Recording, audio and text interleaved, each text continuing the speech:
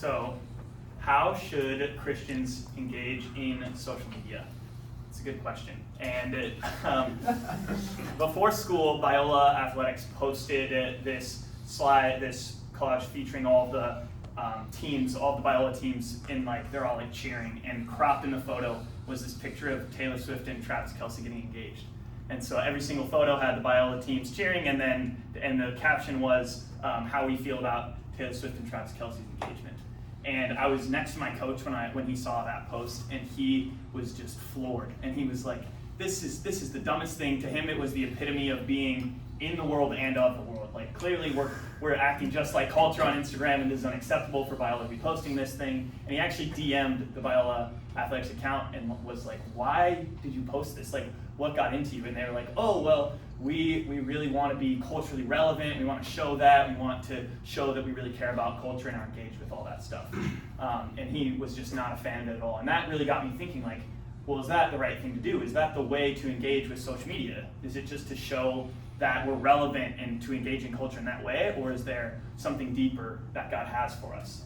And like most things in life, I believe that there is something deeper that God has for us. And so in thinking about this and looking at Scripture and looking at especially the way that Paul ministers to people while he's absent from them, I think that the way that we engage in social media should be to give others the spotlight and give God the glory.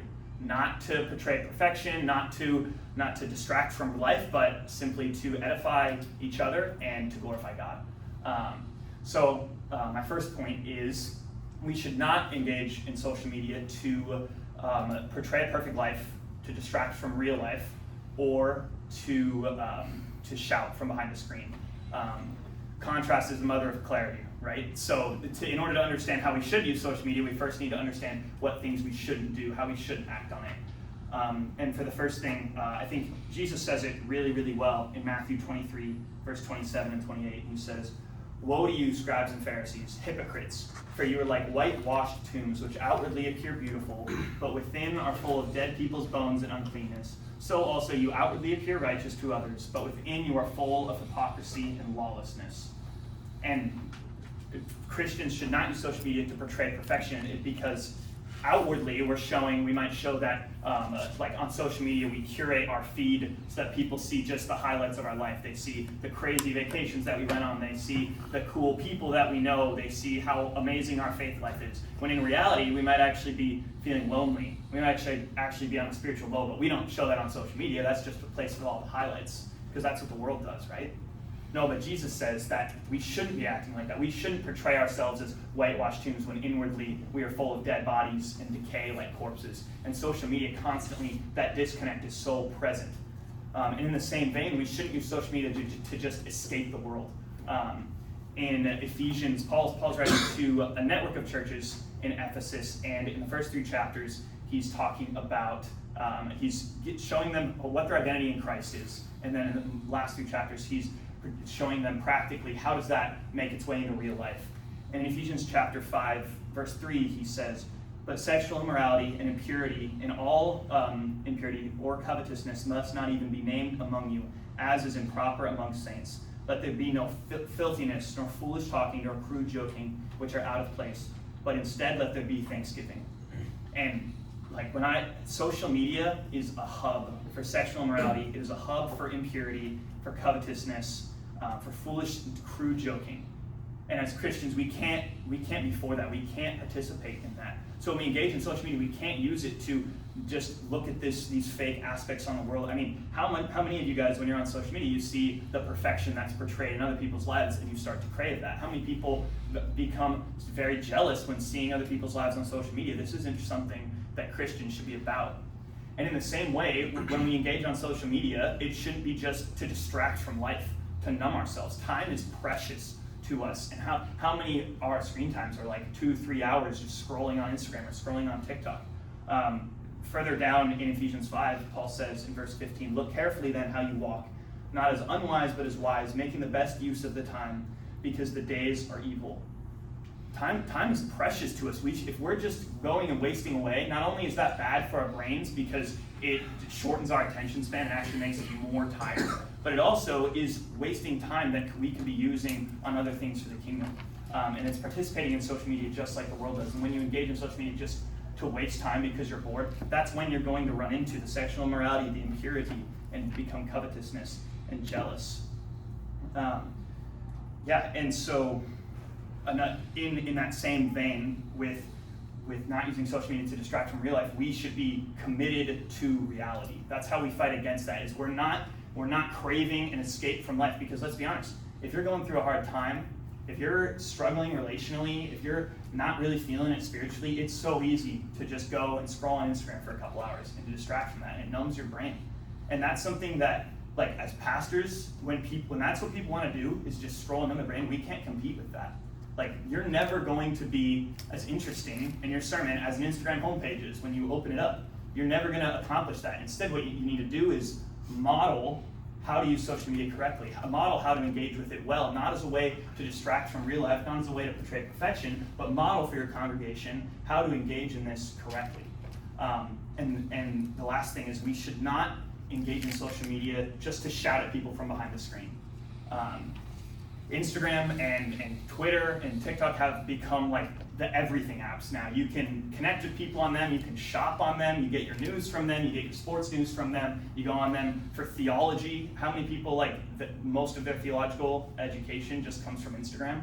Like, it's crazy how many things are combined in this one app where everyone is all the time. And anytime that many people are engaged in something, tensions are going to flare. People are going to get upset. Feelings are going to get hurt. Proverbs 10:19 says, "When words are many, transgressions is not lacking, but whoever restrains his lips is prudent." When words are many, where there's an abundance of words, an abundance of people's opinions, transgression is not lacking. So it's overflowing in transgression. And how many, the amount of depression and anxiety since social media has risen has just skyrocketed in our society. And it's because when there's this many people contributing this much thought and content and time to one thing, they're going to bump into each other. There's going to be conflict. And so as Christians, we're called to show Christ's love instead. And we're called to not engage with this. We're called to be wise in how we engage in social media.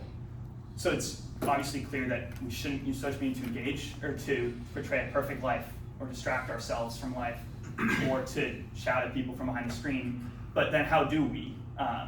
And when I was thinking about that, the best way to figure out what is the correct use of something is to figure out what was the original purpose of it. And so in thinking about that, the original purpose of social media, when Mark Zuckerberg created Facebook, which was the first main social media that everyone was on, it was originally actually called the Facebook. And it was created for people to be present with people, even though they're not physically present with people. And so it's the Facebook, as in the book of faces, where you go to see the faces of people who you once knew, or to meet new people and see their faces. It wasn't intended originally to be just this hub where everything is happening and people show their lives are perfect. It was originally created to maintain relationships across distances and to encounter more people. And when I thought about that and was just kind of dwelling on that and how that connected to Scripture, I thought a lot about Paul, because in his writings constantly, he is ministering to people who he's not physically present with. In 1 Corinthians, I like the phrasing, in 1 Corinthians 5:3, he says, "For though I am absent in body, I am present in spirit." And in Colossians 2:5, he says, "For though absent in body, yet I am with you in spirit rejoicing." And he says that a lot throughout his letters. And Paul is yearning to be physically present with them, but he can't. So he chooses to be spiritually present. And for us, we might yearn to be physically present with somebody, but we can be virtually present. We can be spiritually present. We can be present in so many ways because of the advantages that social media gives to us. So how does Paul engage with people who he's not physically present with? Well, typically he shows God's love to them. He is obviously maintaining the relationships with them. And he's preaching them the gospel. And in the same way, for us with social media, we should use social media to continue relationships, to show God's love, and to engage the online world with the gospel. In Ephesians, Paul, when he's saying, look carefully, or in Ephesians 4, verse 29, he says, "Let no corrupting talk come out of your mouths, but only such as is good for the building up, as fits the occasion, that it may give grace to those who hear." In the same way, when we're on social media, it should be grace to all who hear our words. Anytime you post something, it's probably going to reach far more people than you ever could in a room. If you post a sermon online, probably a lot more people are going to watch it if you post it on your Instagram than if you preach it to even a congregation. And so we have this advantage to let all who hear our words, for them to feel our grace and not to feel corrupting talk come out of our mouths, but instead to feel the grace of God with them, so we can show God's love through social media.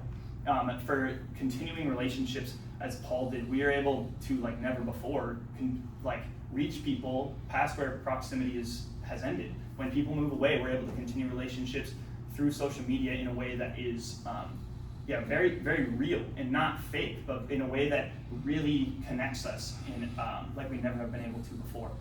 And one of the best examples, I think, who models this is Dr. Ken Birding. He downloaded Facebook a number of years back, and I asked him why he downloaded it. He said it's because he constantly would have students that would move away and he would lose contact with them, and he never really loved the idea of social media, but he downloaded Facebook so that he could stay connected to them. So he goes on it once a week. I think he posts once a month and just gives an update on what he's working on. He sees the lives of the students that he once knew close, and he responds to messages. And I just think that is a beautiful picture of how social media should be used, and a way that to use it to continue relationships and show the love of God through it. And so we should use social media to continue relationships, to show God's love, and to engage the online world. There's this stat in my English class last year.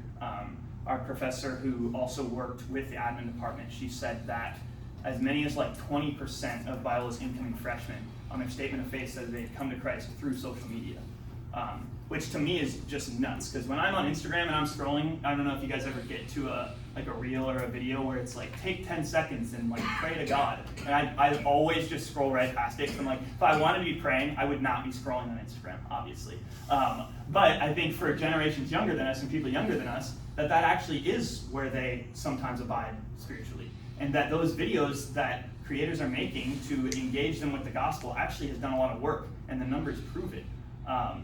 So in our lives, we have the opportunity to engage people with the gospel in a way that hasn't been done before in the past. And that same vein, verse in Ephesians chapter 5, verse 15, when he says, "Look carefully how you walk, making the best use of the time, not as unwise, or making the best use of the time because the days are evil, not as unwise, but as wise." Another great example of this is Charlie Kirk, who recently passed away. He was all over social media all the time, and when he passed away, obviously his videos have skyrocketed in views. But I watched one interview that he had, and it was just him, and he was in a room on a podcast with about 8 or 9 female social media influencers who are not Christians, just not really any interest in the gospel. And he talked to them, just sat down and talked about their lives, talked about the choices that they make, their views on morality for about 2 hours. And at the end of it, he just blatantly shared the gospel with them in a way that was very gentle and kind and loving. And many of the girls at the end said well, I'd probably be more open to Christianity if every Christian acted like you did. And he would never have had that opportunity if he wasn't so present online, if he wasn't using his voice and his platform on social media to just constantly to do his best to preach the gospel. So in conclusion, we use social media to portray God's love, to continue relationships, and to engage the online world. We do not use it to just show that our lives are perfect. We don't use it to shout from behind a screen. We don't use it to distract from life. It's very easy to just want an escape from life. And so when we post not to build ourselves up and to make ourselves look awesome, but we post instead to build others up and to make our God look awesome. One of my favorite examples of this in my life is my mom on social media. Throughout my life, even when we were on the mission field, she was very active on Facebook. Anytime that she would get service, she would make a post detailing the mission work and what she's been doing. And then since we moved back, she's transitioned to Instagram now. And if you scroll through it, it's you can keep up with her life really, really well. And it's never about herself. It's never look at how great I am, but it's look at the provision of the Lord in my life. And what this does is it has connected her to all the people that she knows around the U.S., around the globe, people who have supported her, people who have followed her life. And it also shows me love as her child when she posts about me, and in that way, like, she shows love to me, and she shows love to the other members of my family. And then also it shows the testament of God's provision in her life for people who have followed her. And I think that is such a beautiful way to use social media. And she's not on it for 10 hours a day scrolling away on it, but she's using it not to promote herself, but to show God's provision in her life. And she engages the world with it. And so when you scroll, so I think there's two aspects of social media, is posting and scrolling. And in the posting part, I've got into that. And then in the scrolling part, like, how many of you guys, when you're tired, like me, when I'm tired after a long day, half of what I want to do is just sit down and start scrolling on my phone. But how much better would it be if we accepted God's definition of rest and don't just go to a phone to scroll, but we actually engage in something meaningful? Because obviously scrolling isn't good for our brains, but also it's not restful. It's not doing justice to yourself if when you go on to when you seek rest, you're doing something that's not restful. That's the antithesis of what you would actually want to do. And as pastors, how do we as pastors engage in social media? And I think that there's 5 small things that it can influence us. As teachers, we have a huge opportunity to post what we teach online. I was a huge, I consumed a ton of sermons in high school. Almost every night I would listen to a sermon by somebody to help me fall asleep. And without social media or YouTube, I would never have had that opportunity. But and last week I taught at OCF's youth group, and one of my kids couldn't make it, and so I recorded on my phone, and then it was hard to send a 20-minute long video to him, so instead I just posted on YouTube and sent him the link. And so he watched it, who wasn't able to be there, and then since then a lot of the kids that are in the youth group have gone back and watched it. And so my words that I spoke and preached and prepared are now ministering to people far in ways that I am not physically doing, but it's because of the Lord using this platform that I posted on. And so that's, as pastors and teachers, as shepherds, we can continue to walk with people after they move away. If people need further guidance, especially college students, I'm still very connected to my youth pastor, and a lot of that is through social media. And as leaders, we can model how to use social media well. We can model how to not just waste your days away on Instagram, and also model how to not just throw it away, throw the baby out with the bathwater. But we can show, no, these things are a tool that we can use for God's kingdom. It's not just something, it's not, is social media good or bad? It's how should we actually use it? And then as disciples, or as disciplers, we can a lot of people get discipled through social media. A lot of people are challenged in their faith, and a lot of people have been, I know personally people who have been discipled through pastors on social media, through the engagement, through comments, through things like that. And then lastly, as Christians, we can preach the gospel to people. So social media, we should use social media to engage the world and give God the glory.